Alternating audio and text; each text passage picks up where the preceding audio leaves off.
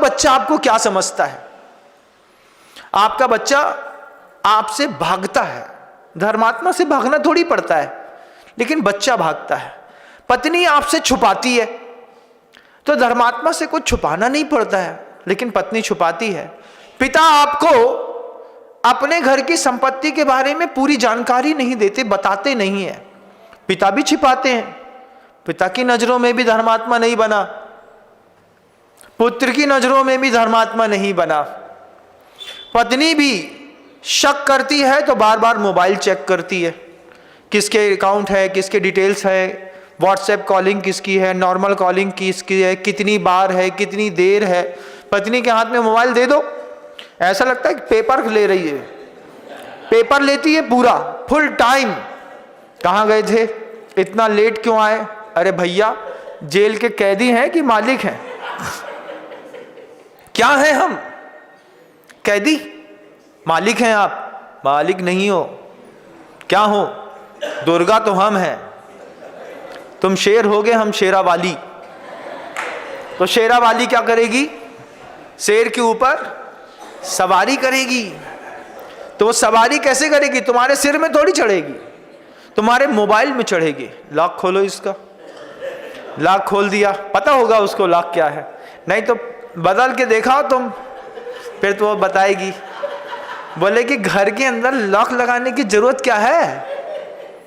फिर आपका वो पूरा जो डाटा देखती है, सोचिए दुनिया की सबसे बड़ी कंट्रोवर्सी है, दुनिया का सबसे बड़ा दुख है, जो अर्धांगिनी है वो हमारे ऊपर विश्वास नहीं करती, या फिर हम अपनी अर्धांगिनी के ऊपर विश्वास नहीं करते। दुनिया का सबसे बड़ा दुख है, कंगाल हैं वो लोग, जिंदगी के 25 साल रहने के बाद भी पत्नी को अगर सफाई देनी पड़े। कंगाल हैं वो लोग जिसके पति को पत्नी के ऊपर इस बात की 25-30 साल निकलने के बाद भी शंका हो कि ये हमारी है कि नहीं है। सर्टिफिकेट आपस में प्रॉपर एक जैसा आप ले नहीं पाए। मेरे मंच से धर्मात्मा का सर्टिफिकेट मिलना अलग बात है। सबसे पहले ये देखिए कि आपको आपके घर के अंदर धर्मात्मा का सर्टिफिकेट कितने लोग देते हैं। घर के अंदर वोटिंग करिएगा, घर के अंदर खड़े हो जाइएगा। आपकी पूजा, आपका उपवास, आपका व्रत, आपका संयम, आपकी अष्टमी, आपकी चौदस, आपके 10 लक्षण पर्व सब आपके हैं। परिवार के लोग तुम्हें धर्मात्मा क्यों नहीं मानते? ये प्रश्न अंतर मन में खड़ा करो। मैं तो दुनिया में हर आदमी को धर्मात्मा देखता हूं, मेरी नजरों में तो सब भगवान है, लेकिन घर वालों की नजरों में आप क्या हैं? मैं जीवन का वो यथार्थ बंधु, हम 50 साधु बैठे थे, गुरुजी ने कहा धर्मात्मा का सर्टिफिकेट बाहर नहीं मिलेगा, अंदर मिलेगा। एक दूसरे को देखा, इधर देखा, ये ज्यादा बतियात हैं, इनको घमंड ज्यादा है, इसको अपनी साधना का घमंड है, जो सीधे मुंह बात नहीं करे। एक दूसरे की खोट दिखती रही, लेकिन निराबाज निष्कलंक कोई चरित्र दिखा घर के अंदर। गुरुदेव श्री समय सागर जी महाराज श्री जी दिखे, चुपचाप पूरी पंक्ति में सबसे आगे किनारे शांति से सिर झुका करके ऐसे गंभीरता के साथ ऐसे बैठे रहते थे।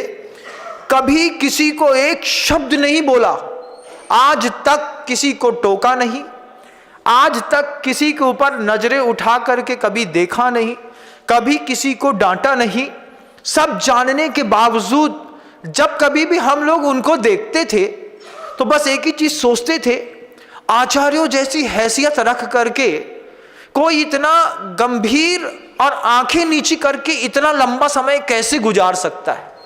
जिंदगी के 45 साल जैसे गौतम गर्दन ने भगवान वर्धमान स्वामी के चरणों में आंख नीची करके अपना सर्वस्व समर्पण किया, ऐसे जिंदगी के 45 सालों में कभी आंख उठा करके गुरुजी से आंख मिला करके जिन गुरु ने गुरुजी को भी नहीं देखा, उनके ऊपर श्रद्धा सबके ऊपर ऐसी टिकी। सबने कहा अगर घर के अंदर धर्मात्मा का किसी के पास सर्टिफिकेट है तो आचार्य भगवंत समय सागर जी महाराज जी के पास। हम सब में, हम सबको कोई ना कोई खोट जरूर दिखाई देती है। हम कितने भी अच्छे हो, संपन्न क्यों ना हो जाए, हमारा साधर्मी हमको उस दृष्टि से नहीं देखता। हमारा साधर्मी हमारे बारे में उल्टा बोलता है। साधु होने के बावजूद इस बात को स्वीकार करने में आपत्ति कैसी? एक ही संघ के 10 साधु इकट्ठे कर लो, साधु का साधु के प्रति विचार एक नहीं मिलेगा। क्यों? क्योंकि गुरुदेव के शब्द थे, घर के अंदर धर्मात्मा होने का सर्टिफिकेट पाना बहुत कठिन काम होता है, बहुत कठिन। आपको भी नहीं मिला होगा ना घर के अंदर धर्मात्मा होने का सर्टिफिकेट, मिला क्या? हाँ, किसी एकाध को मिला होगा, शांत स्वभावी हैं, बिल्कुल निश्चल हैं, किसी भी प्रकार से क्रोध नहीं करते, लोभ नहीं करते, मायाचारी नहीं करते। मेरे सामने तुम कितना भी अच्छे होकर के आओ, जिस दिन परिवार के लोग कह दें कि हमारे घर से पुण्य पुरुष चले गए, ये हमारे घर के पुण्य पुरुष ये हैं, तब समझना कुछ कमा लिया है। मैं खुद बहुत अछूता हूं, मैं दुनिया के लिए कुछ भी हो सकता हूं, लेकिन मैं जानता हूं कि साधु समूह में अपने आप को साधु सिद्ध करना एक ऐसा सातिशय कठिन काम होता है, नहीं सिद्ध कर सकते। किसी ना किसी के पैमाने में तो चूक ही जाएंगे, हर आदमी का अपना अपना पैमाना है। अब उस पैमाने में कहीं ना कहीं तो हम चूक ही जाएंगे बंधु, नहीं बनता।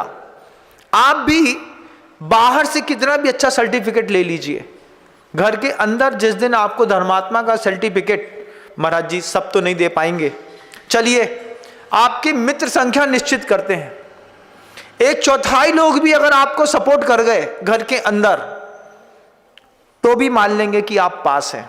33% में भी पास मानूंगा, चलिए 33% लोग भी अगर कह दें कि भैया पुण्य तो बड़े पापा का है, दूसरा भी कह दे पुण्य बड़े पापा का है, तीसरा भी कह दे पुण्य बड़े पापा का है, चौथा क्या बोलेंगे? बोधा है, कछु नहीं आए उन्हें। क्या 2 ने 3 ने सपोर्ट किया, चौथा नियम से 3 को जिसको सपोर्ट कर रहे हैं, चौथा व्यक्ति नियम से उसकी बुराई करेगा। जो चीज हमारे लिए खूबसूरत है, पता चला उस व्यक्ति को बोलता है 1 नंबर को चोर। अरे भैया, हमारे सामने वो बड़ी बड़ी राशि दान दे रहा है, तुमको चोर बोलने में आनंद क्यों आ रहा है? सर्टिफिकेट मिलना बड़ा मुश्किल है, बड़ा मुश्किल। तो महाराज जी कौन देगा? अपना सर्टिफिकेट आपको खुद तैयार करना पड़ेगा। आचार्य भगवंत ने हम लोगों से कही वो बात, गुरुजी कहते हैं खाली मकान में उपकरण चाहिए। उपकरण कैसा? सज्जन पुरुष के लिए, चाहे गृहस्थ हो या साधु, सबसे पहला उपकरण उसका चरित्र है।